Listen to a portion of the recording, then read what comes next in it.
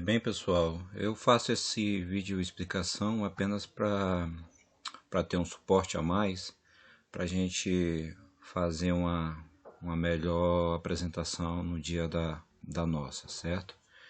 Então, como o nosso tema é a fasciolose, a gente sabe que, por definição, ela vem a ser uma zoonose parasitária, que no caso, uma zoonose, para quem não sabe ainda, uma zoonose são enfermidades que elas podem ser transmitidas dos animais para nós, seres humanos. Então, ela é uma zoonose parasitária que é produzida por um trematodo, que vai se chamar de fasciola hepática, ou de distoma do hígado. O distoma, ele é uma palavra que é usada simplesmente para caracterizar vermes achatados. Então, o distoma é um verme achatado, que é a característica da fascícula hepática, no qual ele vai ter como principais hospedeiros definitivos os animais herbívoros, como os bovinos e os ovinos. E o homem, ele vai ser apenas um hospedeiro acidental, ou seja, vai ser por ocasiões que o qual a fascícula hepática vai parasitar ele.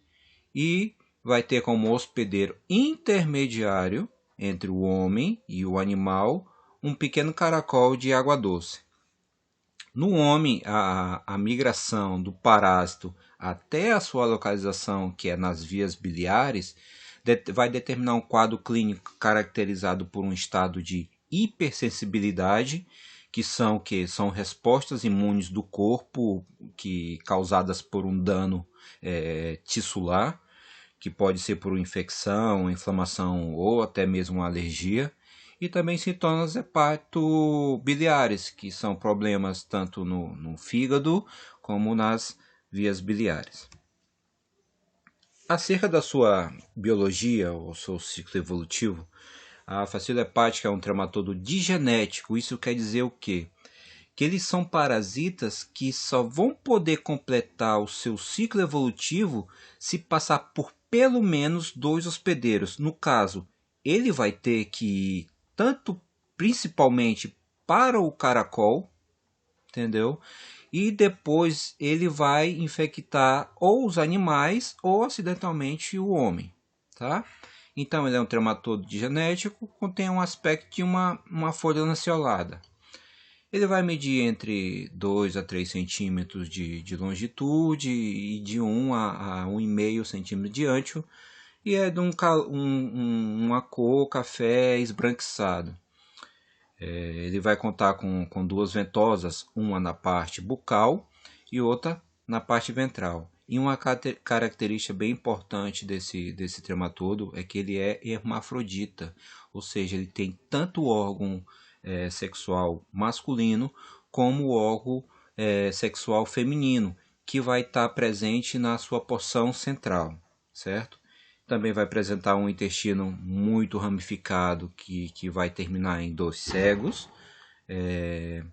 Esse parásito, como vai ser bem falado no decorrer do trabalho, ele se localiza, sua localização definitiva, principalmente nas vias biliares, do gado bovino, ovino, ou também até porcino, e no caso acidentalmente, ocasionalmente no homem. Ele vai se desplazar, ou seja, ele vai caminhar, digamos assim, mediante movimentos repitantes, que são movimentos de qual ele vai se arrastando. E se coloca apenas algumas centenas de ovos, no qual vão chegar até a bilis, ao intestino, aliás, vão chegar pela bilis ao intestino e de aí vão para o exterior através das fezes do hospedeiro. Só vão continuar o seu desarrollo aqueles ovos que vão cair em vertentes ou asséquias. Asséquias são pequenos canais de irrigação com escassas substâncias orgânicas em decomposição, ou seja, eles vão estar em águas que são pouco correntes, entendeu? ou seja, ele não tem um bom desenvolvimento em águas muito correntes, como riachos e lagos, ou seja, são águas de pouco volume, digamos assim. E segundo a temperatura mais favorável que para ele vai estar entre 10 a 30 graus centígrados, e no prazo de 3 semanas, esses ovos vão dar origem ao primeiro estágio larval, que vai se chamar de miracídio. Esse miracídio ele vai ter uma característica ovalada e vai estar todo recoberto por cílios, do qual esse miracídio ele vai sair do ovo através do opérculo. O opérculo é uma abertura que vai ter no ovo, como fosse uma tampa, sabe? Esse miracídio ele vai nadar livremente na água, estimulado pela luz, e em um prazo, no máximo, que ele tem de vida, digamos assim, é de 24 horas. E que ele deve encontrar o seu hospedeiro apropriado, que no caso vai ser esse caracol do gênero Limnaea. Gênero Limnaea. Porque ele encontra justamente esse caracol. Porque quando o caracol ele vai andando, ele, acho que você já deve ter visto, ele solta tipo um muco por onde ele vai andando. E esse miracídio, vai atrás desse muco, estimulado por esse muco, e ele vai ingressar nesse caracol, entendeu? Já quando ele ingressa dentro do caracol, ele vai sofrer uma transformação, ou seja, ele vai formar o que é um esporoquiste, tá? Esse esporoquiste vai ser uma espécie de um saco, ou seja, uma espécie de uma bolsa, que no interior dele vai ter os brotes germinais. E esses brotes germinais vão dar a 2 gerações de rédeas, ou seja, a rédea propriamente dita, que é a rédea de primeira geração, e a rédea de segunda geração, que também pode ser chamado de cercárias. Por cada miracídio que penetra no caracol, vão se produzir entre 500 a 600 cercárias. E essas cercárias elas vão abandonar o caracol e vão nadando até os vegetais que crescem tanto na água como nas suas margens, entendeu? E vão se aderir às suas folhas. E assim, quando a cercária chegar nesses vegetais, poucas vezes ela fica na água, né? Quando ela chegar nesses vegetais, elas vão perder o que é a sua cola e se vão enquistar, ou seja, elas viram um quiste.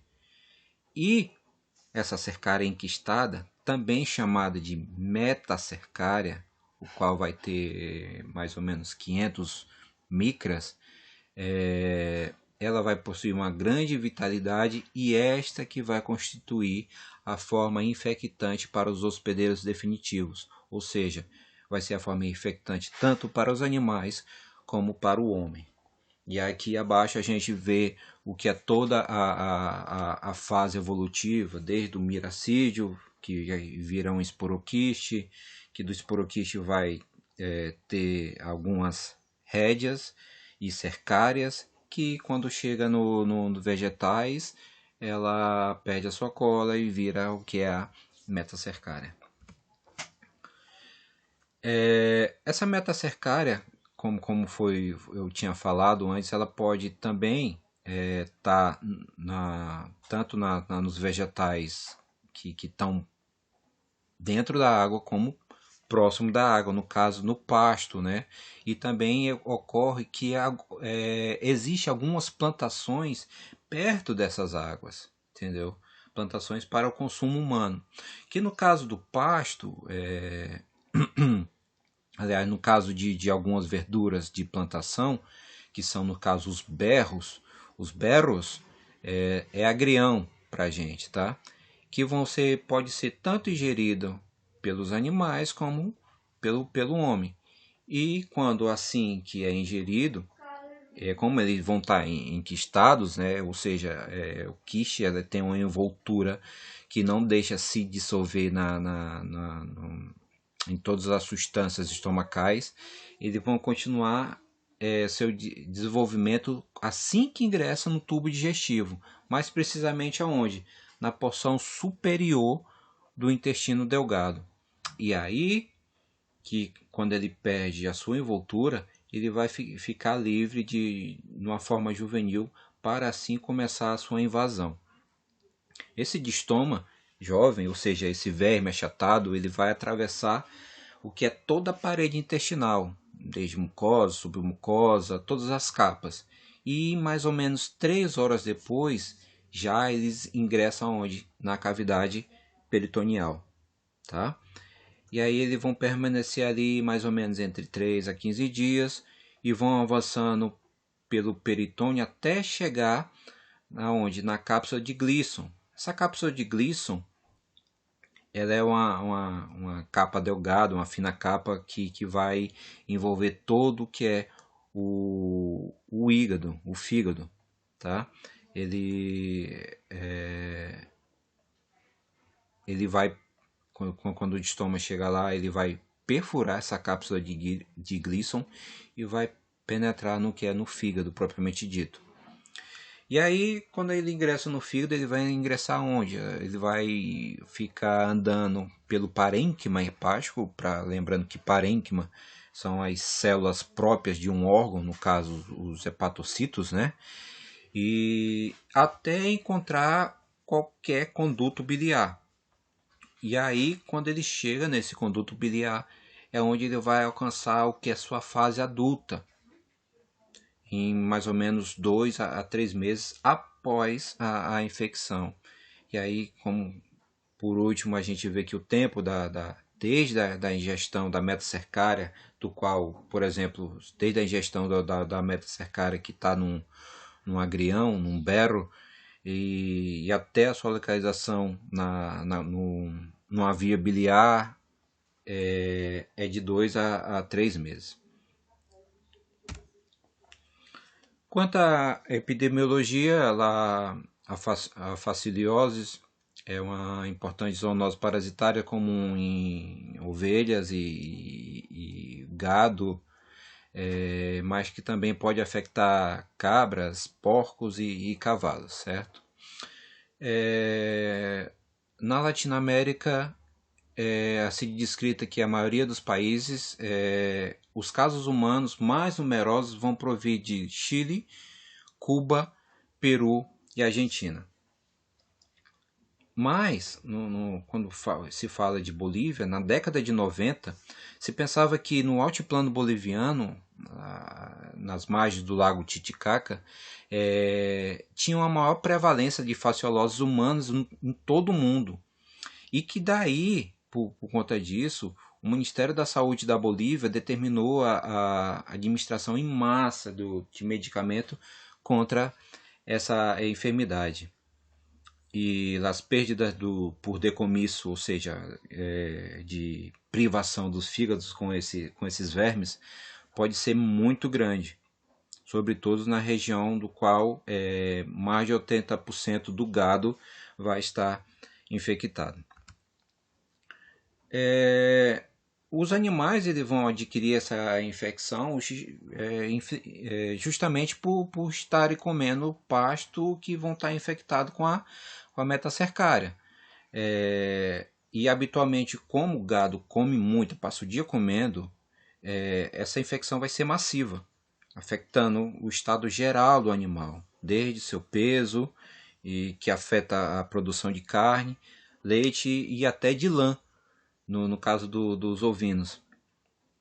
A metacercária ela vai resistir bem a qualquer condição adversa do meio ambiente, mas quando o pasto está seco, ou seja, na estiagem, ela vai perder essa capacidade infectante. E o homem, no caso, ele vai se infectar justamente por conta que ele vai comer os vegetais, especialmente o que é o agrião cru, isso em 90 a 95% dos casos. E naturalmente a infecção no homem não é tão frequente, por isso ele é chamado de hospedeiro acidental, posto que a oportunidade de ingerir as metacecárias são muito menores que dos animais, que no caso, por conta que quando é feita uma salada de berro, de agrião, por exemplo, a gente lava bem o vegetal antes de fazer o seu consumo.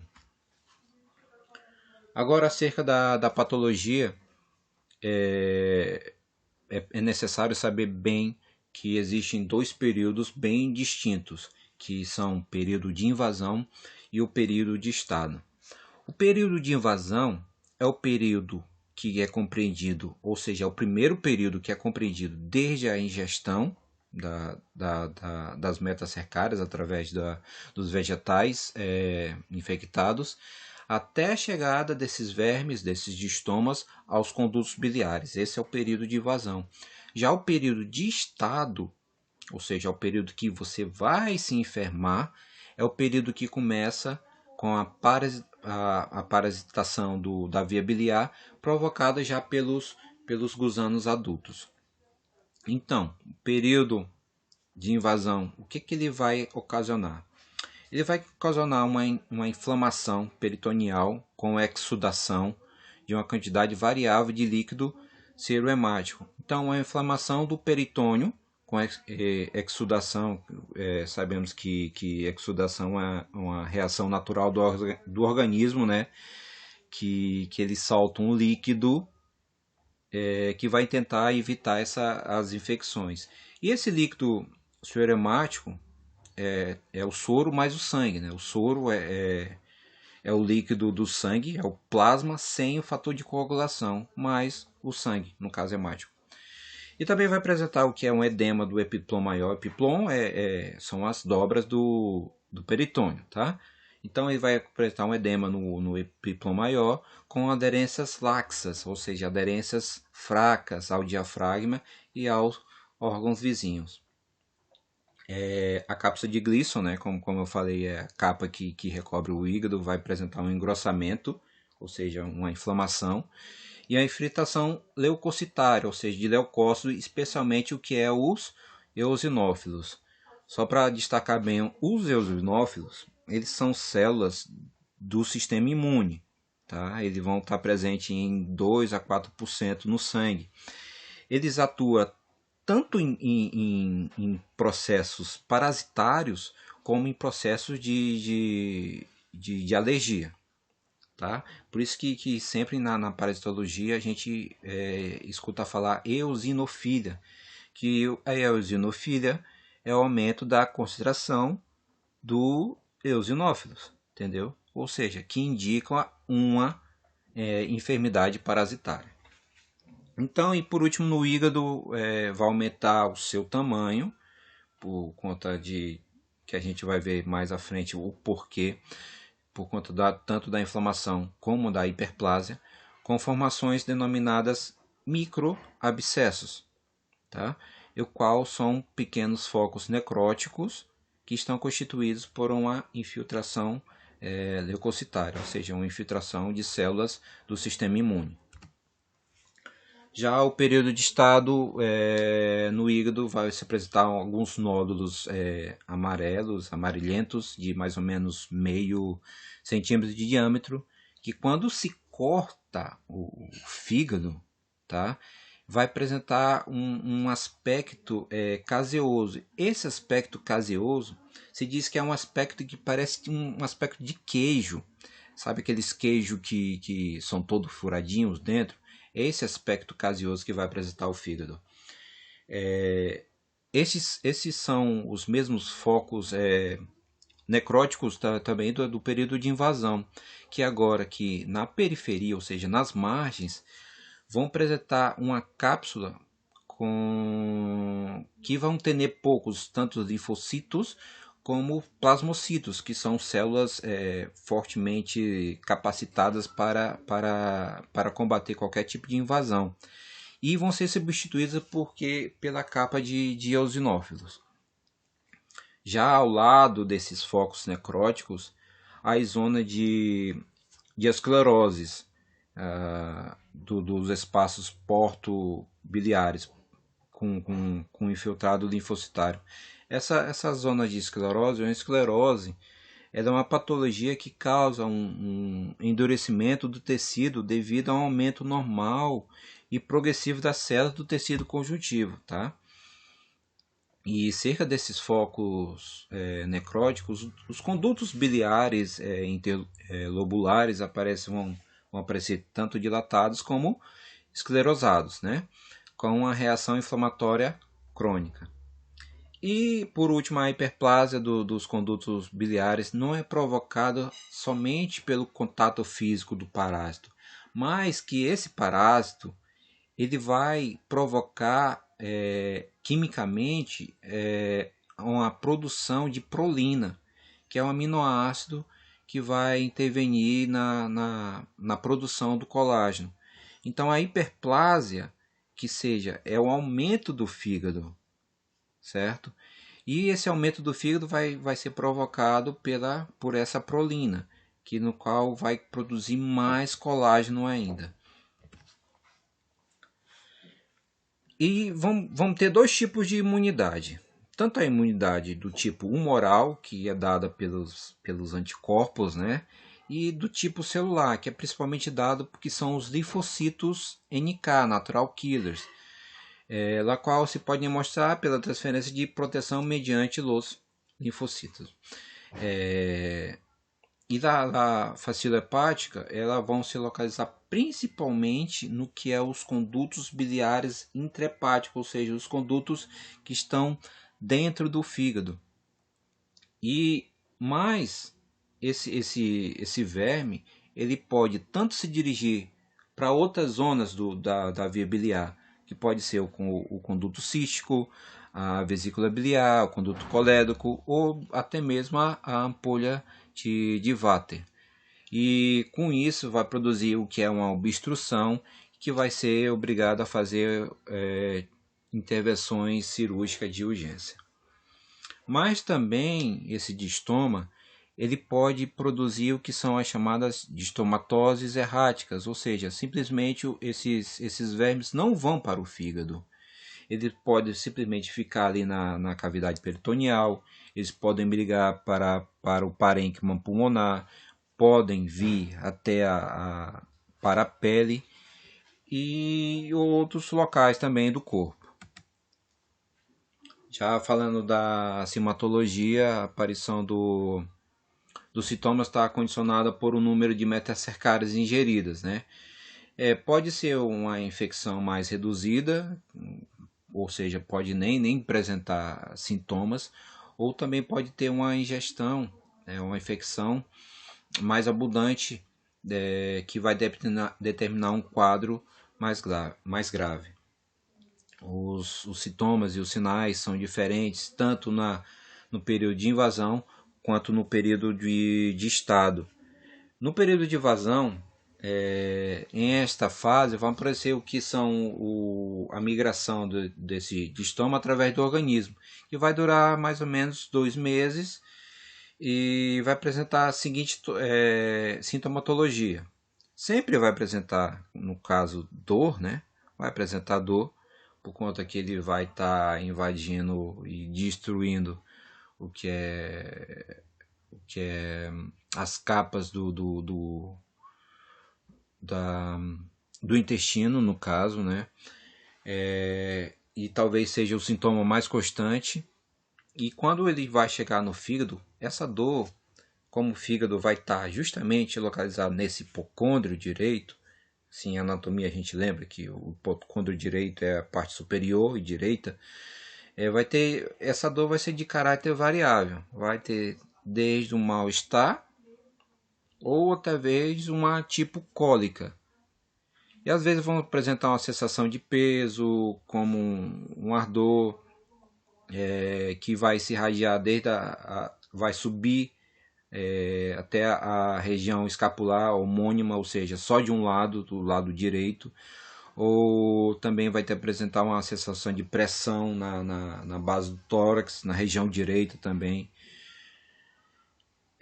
E também vai doer quando a gente vai inspirar profundamente. E essa dor vai se acentuar com a pressão da parede torácica sobre o fígado e não tem relação na ingestão de comidas. Também pode apresentar sintomas que pode ser devido à hepatomegália. Quando a gente fala de megália, a gente fala de aumento do órgão, no caso. Hepato vem de fígado, ou seja, aumento do fígado, no qual apresenta muita dor, né, de grau variável, e devido à sua inflamação do parênquima hepático. Vai apresentar febre, que é, no caso, uma reação normal do corpo para qualquer tipo de invasão parasitária ou virulenta, tá?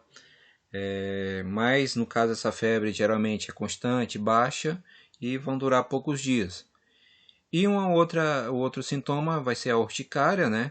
Que vão apresentar placas pruriginosas e pode ser até de larga duração, no caso. Já no período de estado, vai ser produzido já quando o verme já estiver nas vias biliares de aspecto definitivo.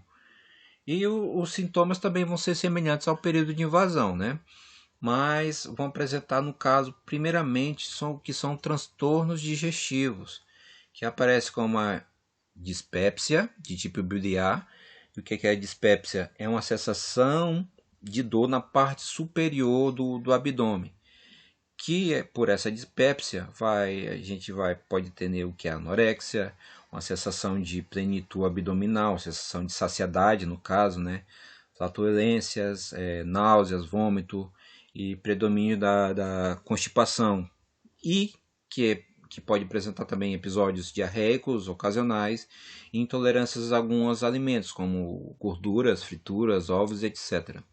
Também vai apresentar dor nesse período de estado, no caso do hipocôndrio direito e na parte direita do tórax, no hemitórax direito. Essa dor ela é permanente, só que é menos intensa. Tá? Nesse caso, por conta dessa dor, geralmente já ocorre uma intervenção cirúrgica, até mesmo sem ocorrer um estudo mais aprofundado, que poderia, isso diz o livro, que poderia não precisar dessa intervenção cirúrgica se fosse estudado aprofundadamente a questão da eosinofilia no hemograma. Tá? Também vai apresentar o que é a icterícia, que icterícia é um aumento da produção de bilirrubina no sangue, né? No qual é encontrado na bilis também.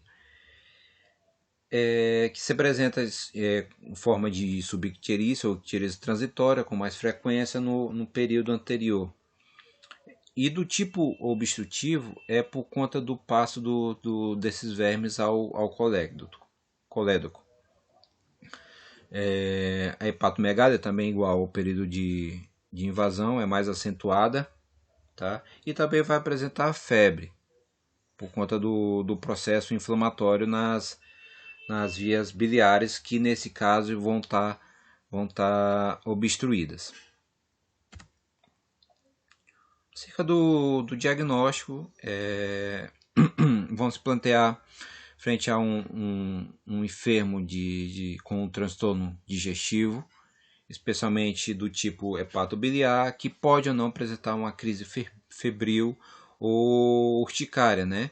Que pode ser de evolução aguda ou crônica, acompanhada de uma elevada eosinofilia, e que no caso que existem antecedentes de haver ingerido o agrião. O diagnóstico pode se obter de forma direta, no qual a gente pode encontrar diretamente o que são os vermes ou seus ovos, ou de forma indireta, através dos exames e outros signos que a gente pode adotar durante esse diagnóstico. Falando do modo direto, fora o achado casual do gusano, do verme, durante o ato cirúrgico, já propriamente dito, da via biliar, O diagnóstico parasitológico se estabelece pela busca dos ovos também desse verme na bilis ou em laseses. Se os exames foram negativos nesse período de invasão, pode ser que esses vermes ainda não tenham chegado à sua fase adulta ou sua madurez sexual, no qual só acontece isso quando eles alcançam o que são as vias biliares. Na bilis, que é um método direto, que ela é obtida pelo sondeio duodenal, ela vai ser colocada numa capa delgada de placas de Petri, que é uma placa específica, que vai se observar no microscópio a presença desse, no caso dos ovos, né? E é recomendada a busca simultânea dos ovos nas fezes também, ou na bilis, porque ambos os métodos vão se complementar. Já no modo indireto, que é o mais usual, o primeiro e mais recomendado são as alterações do hemograma. No caso, a gente vai ver a quantidade de eosinófilos nele, entendeu? Porque é o signo mais importante que vai ter para essa enfermidade, que a gente pode encontrar cifras de até 40 a 60% de eosinofila relativa, que a eosinofila relativa normal é de entre 1 a 5%. E aí ela vai estar altamente alterada. E esse acesso e ele pode subir, essa eosinofila pode subir, pode ser progressiva, principalmente no período de invasão, e vai se manter no período de estado, que após o tratamento ela vai descer palativamente, entendeu? Devagar, chegando a cifras normais após algum tempo depois da curação da enfermidade. Já aí tem outro método indireto, que é as reações imunobiológicas, no qual se usa a intrademorreação de Montenegro, no caso, né, que se utiliza como antígeno e frações de aumento. O resultado vai depender da qualidade do antígeno empleado, e se é positiva no período de invasão, ele pode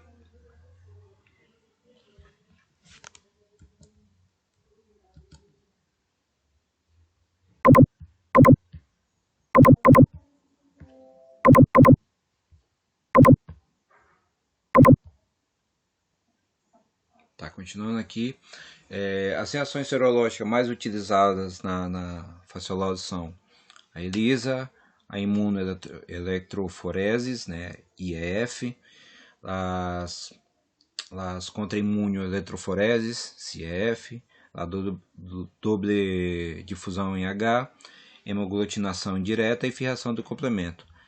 As técnicas de ELISA, IEF e CF, elas vão apresentar um alto grau de sensibilidade e de especificidade, o qual é recomendada para o seu emprego rotineiro no laboratório.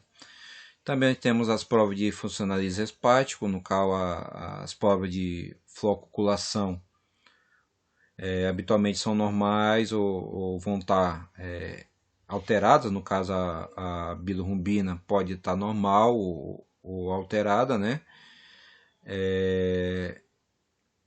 E pode persistir altas naqueles casos associados com a litiase biliar.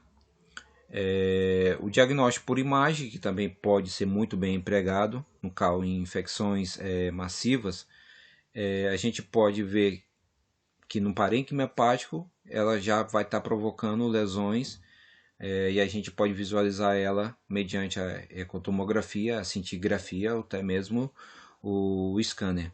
E também a gente pode já verificar através desse diagnóstico de imagem a hepatomegália.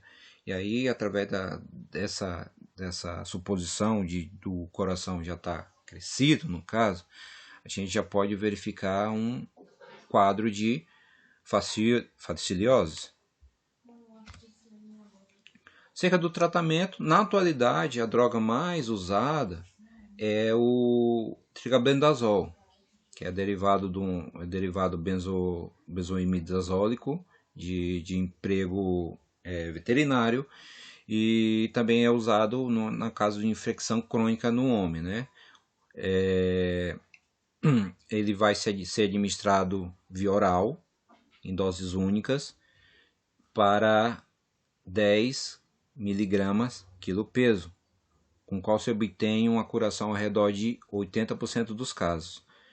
Já os pacientes que vão permanecer infectados, eles também vão responder bem a uma segunda dose desse medicamento, tá? Ela vem a substituir o que é a ementina, lá de hidroementina e lá bitionol. No caso, eles eram usados em décadas passadas, mas esses outros medicamentos ele tinham uma toxicidade muito grande, e a dificuldade de disponibilidade para comprar em alguns países também era grande. Como também o praziquantel, ele é eficaz na maioria dos trematodos, né? E no caso ele não vai ter uma ação tão grande assim no caso da faciliose. A prevenção é do tipo muito difícil de ocorrer, no qual primeiramente se deve a perseguir e destruir o caracol, que é o hospedeiro intermediário, e assim iria cortar o ciclo evolutivo do parásito, mas é algo que realmente é muito difícil de ocorrer. Uma medida fundamental é a aplicação do sulfato de cobre nas águas onde possa estar esse caracol. E assim mesmo os agriões, os berros, devem ser cultivados em águas livres de contaminação com as heces dos animais, né? Nos casos dos animais herbívoros. E como última profilaxe, no caso última prevenção, se recomenda não comer nenhum tipo de agrião ou berro crudo. E com isso a gente finaliza o nosso trabalho.